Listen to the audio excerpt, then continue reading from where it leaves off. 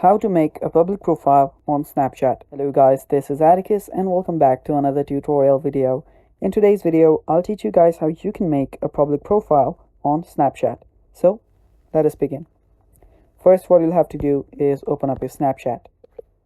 After you open your Snapchat, you can simply click a picture, take a snap, and then tap on Send To. After you tap on Send To, you will see this section right here under Stories.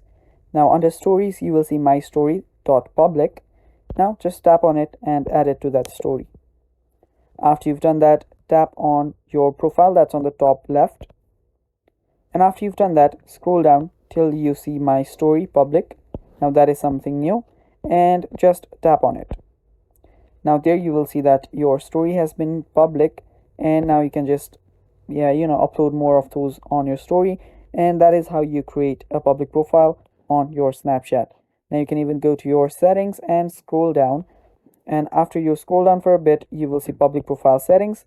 Just tap on it and you can edit your settings from here too. So that is basically how you make a public profile on Snapchat, guys.